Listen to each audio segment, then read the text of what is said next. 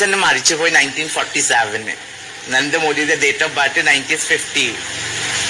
First അവന്റെ സ്വന്തം അച്ഛന് കണ്ടുപിടിക്കട്ടെ. ആ കോമഡി അല്ലേ? 3 വർഷം അമ്മ പ്രഗ്നന്റ് ഉണ്ടാവില്ലല്ലോ. കറക്റ്റ് അല്ലേ? ഞാൻ പറഞ്ഞ് നിങ്ങൾ ശ്രദ്ധിക്കൂ. 3 വർഷം മുന്നേ അച്ഛൻ മരിച്ചു പോയിട്ട് 3 ദിവസം കഴിഞ്ഞിട്ട് എന്റെ ജനിച്ചു പറഞ്ഞില്ലേ. പിന്നെ അമ്മക്ക് കാല് വാശിന്റെ വെള്ളം കുടിക്കണം. ഈ നാടകം കാണിക്കാൻ എന്റെ ആവശ്യം. ആൾക്ക് വിവരമില്ല. ആ ഇംഗ്ലീഷ് ഒഴികെയുള്ള ഭാഗം മലയാളമല്ലേ?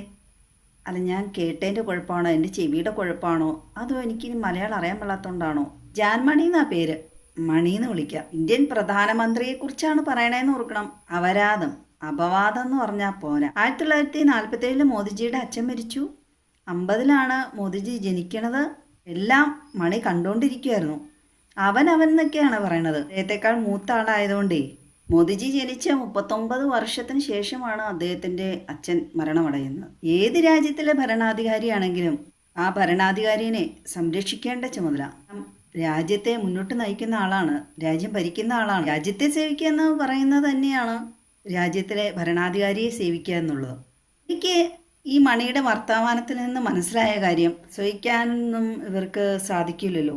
അതിൻ്റെ ഒരു കണ്ണിക്കടിയാണ്, അസൂയാണ്, അതിൻ്റെ ഒരു ഫ്രസ്ട്രേഷൻ ആയിട്ടാണ്. ആ ഫ്രസ്ട്രേഷൻ നമ്മുടെ പ്രധാനമന്ത്രിയുടെ അമ്മയിലേക്ക് അങ്ങ് ചാർത്തി തീർത്തു എന്ന് പറഞ്ഞാൽ മതി. ഭാരതത്തിലായതുകൊണ്ട് ഇതെല്ലാം നടക്കും. ഒളിവിലാണെന്നാണ് അറിയാൻ കഴിഞ്ഞത്. എന്താ സുഖം ഒളിവിലാണെങ്കിൽ, തീറ്റയും കൂടി എല്ലാം ചൂട്ടിത്തന്നെ. ട്രാൻസ്ജെൻഡർ കമ്മ്യൂണിറ്റിക്ക് വരെ നാണക്കേടാണ് ഈ ജാൻമണിയെ തൊട്ട ട്രാൻസ്ജെൻഡേഴ്സ് മൊത്തം വരെ ഇന്ത്യയിലുള്ള അങ്ങ് പൊരിക്കും വറക്കും എന്നൊക്കെയാണ് പറഞ്ഞത്. ഇപ്പം പുതിയ മാപ്പ് ഏതാണോ, ഇന്ത്യയുടെ മാപ്പാണോ വേണ്ടത്, കേരളത്തിൻ്റെ മാപ്പാണോ?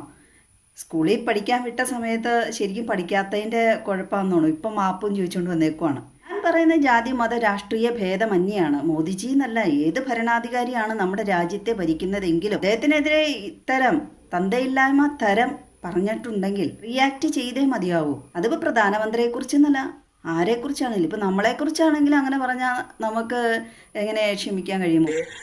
ഒരു വീഡിയോ ഭയങ്കരമായിട്ട് പ്രശ്നം ആയിപ്പോയി. അതെനിക്ക് സത്യം പറഞ്ഞില്ല, എനിക്ക് അറിയത്തില്ല. ഞാനൊരു കോണ്ടന്റ് അവിടെ നോർത്ത് ഇന്ത്യയിലെ ഡൽഹിയിലെ, ഇത് നമ്മുടെ ഇവിടെ തന്നെയല്ല, ഡൽഹിയിലെ ഒരു കോണ്ടന്റ് കണ്ടിട്ട് ഞാൻ എനിക്ക് മീഡിയ ചോദിക്കുന്ന ടൈമിൽ അത് പെട്ടെന്ന് നമ്മൾ സംസാരിച്ചിട്ട് ഞാൻ വീഡിയോയുടെ കാര്യം ഞാൻ പറഞ്ഞു. സോ എനിക്ക് ചിലപ്പോൾ എന്റെ മലയാളം രീതി പറയുന്നത് ശരിയാണ്. അപ്പോൾ ചോദിച്ചുകൊണ്ട് വന്ന വീഡിയോയിൽ പറയുന്നത് മലയാളത്തിനാട്ടോ കുറ്റം. ഞാൻ പറയുന്ന മലയാളം ആർക്കും മനസ്സിലാവുന്നില്ല.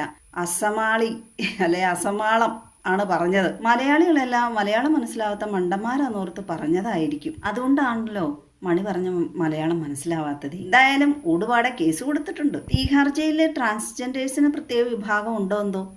ഇല്ലെങ്കിൽ ആദ്യമായിട്ട് ആ ഒരു വിഭാഗം തീഹാർ ജയിലിൽ സൃഷ്ടിക്കുന്നത് ജാൻമണിക്ക് വേണ്ടിയായിരിക്കും. ആ ക്രെഡിറ്റ് ജാൻമണിക്ക് തന്നെ കൊടുക്കണം. ട്രാൻസ്ജെൻഡേഴ്സ് ഇപ്പോഴാണ് മുൻനിരയിലേക്ക് വന്നത്. അവർക്ക് അംഗീകാരങ്ങളൊക്കെ ലഭിച്ചു തുടങ്ങിയത്. അവരങ്ങനെ കാര്യമായി കുഴപ്പങ്ങളൊന്നും ഉണ്ടാക്കാത്ത ഒരു വിഭാഗക്കാരാണ്. ഇപ്പതേ അവർക്ക് ആ ചീത്തപ്പേരങ്ങ് മാറിക്കിട്ടി, കുഴപ്പമുണ്ടാക്കാത്ത വിഭാഗം എന്നുള്ള ക്രെഡിറ്റും ജാൻമണിക്ക് തന്നെ പോട്ടെ അല്ലേ. ഇപ്പം തന്തയില്ലായ്മ, ഇപ്പോഴത്തെ പിള്ളേരുടെ ഭാഷയിൽ പറഞ്ഞാൽ, സോഷ്യൽ മീഡിയ ഭാഷയിൽ പറഞ്ഞാൽ ഡബിൾ ഡാഡി സിൻഡ്രോം കാണിച്ചതാരാണ്? ജാൻമണിയാണെന്ന് ജാൻമണി തന്നെ തെളിയിച്ചു. ആദ്യ പ്രധാനമന്ത്രിയെ ഇല്ലാത്ത ആരോപണ വിധേയനാക്കി കൊണ്ടുവന്നു കുറ്റം പറഞ്ഞ്. ഇപ്പതേ പറഞ്ഞതിന് മാപ്പ് കൂട്ടുകാരും പുള്ളിക്കാരുടെ ഫാൻസൊക്കെ ഉണ്ടെന്ന് പറഞ്ഞു. ഉള്ള സ്നേഹം കൊണ്ടാണ് ആളുകൾ അങ്ങനെ പറയണേ, അതുകൊണ്ട് മാപ്പ് വീഡിയോ ഇടുന്നൊക്കെ പറഞ്ഞു. അപ്പം അവരുടെ മനസ്സിൽ ഇപ്പോഴും യഥാർത്ഥമായ കുറ്റബോധമൊന്നുമില്ല. അവർ മനഃപൂർവ്വം പറഞ്ഞു തന്നെയാണെന്നാണ് അതിലൂടെയൊക്കെ മനസ്സിലാക്കാൻ കഴിയുന്നത്. പ്രധാനമന്ത്രി ഇത്രയും പ്രായമുള്ളൊരു മനുഷ്യൻ, അദ്ദേഹത്തെ കയറി അദ്ദേഹത്തെക്കായി മുമ്പ് ജനിച്ചതാണല്ലോ ജാൻമണി, അതുകൊണ്ടായിരിക്കും കേട്ടോ. ആണെങ്കിലും അല്ലെങ്കിൽ രാജ്യത്തിൻ്റെ ഭരണാധികാരിയാണ്, ഇവർക്കാരാണ് അതിനുള്ള അവകാശമൊക്കെ കൊടുത്ത്. ഇപ്പോഴത്തെ ഒരു ട്രെൻഡായിട്ട് മാറിക്കൊണ്ടിരിക്കുകയാണ്. ആദ്യം മനസ്സിലുള്ള എല്ലാം ഒരാളെ കുറിച്ച് പറയുന്നു. ഇപ്പോൾ പ്രധാനമന്ത്രി ജാൻമണി ഇല്ലാത്ത കഥ ഉണ്ടാക്കി പറഞ്ഞ പോലെ മനസ്സിൽ നിറയുന്നതാണ്, വായ സംസാരിക്കുള്ളൂ എന്നാണ്. പിന്നീട് അയ്യോ തെറ്റാണ് മറ്റു മറിച്ചാണെന്നൊക്കെ പറഞ്ഞുകൊണ്ട് അതിന് അപ്പോളജൈസ് ചെയ്തുകൊണ്ട് വീഡിയോ